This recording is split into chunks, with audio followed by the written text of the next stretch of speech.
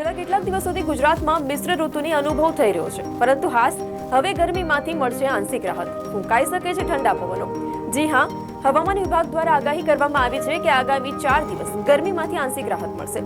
ઉત્તર ભારતમાં હિમવર્ષાના કારણે તાપમાનમાં ઘટાડો નોંધાઈ શકે છે, તો આ સાથે રાજ્યમાં ઠંડા પવન પણ ફૂંકાઈ શકે છે. મળતી માહિતી પ્રમાણે આગામી 24 કલાક દરમિયાન મહત્તમ કે લઘુત્તમ તાપમાનમાં કોઈ મોટો ફેરફાર થતો નથી. જોકે સૌરાષ્ટ્ર, કચ્છ સહિતના ગુજરાતના વિસ્તારોમાં 2 થી 3 ડિગ્રી સુધીનો ઘટાડો થવાની સંભાવનાઓ છે. ગાંધીનગર, ડીસા, મહુવા, રાજકોટ, સુરેન્દ્રનગરના 35 ડિગ્રીને પાર થયું છે. તો અમદાવાદની વાત કરીએ 34.6 ડિગ્રી તાપમાન નોંધાયું છે. વડોદરામાં 18.6, રાજકોટમાં 18.7 ડિગ્રી મહત્તમ તાપમાન નોંધાયું છે. તો આ સાથે મહત્તમ તાપમાન 35 ડિગ્રી ઘટાડો થવાની પણ સંભાવનાઓ છે. વાત કરીએ લઘુત્તમ તાપમાનની તો 21 ડિગ્રી સુધીનો ઘટાડો થવાની સંભાવનાઓ સેવાઈ રહી છે. પરંતુ ફેબ્રુઆરીમાં ઉનાળાની શરૂઆત થઈ ગઈ હોય તેવું અનુભવાયું નથી. માર્ચ મહિનાના પહેલા સપ્તાહમાં પણ ઉનાળાની કોઈ મોટી ઝલક જોવા નહીં મળે.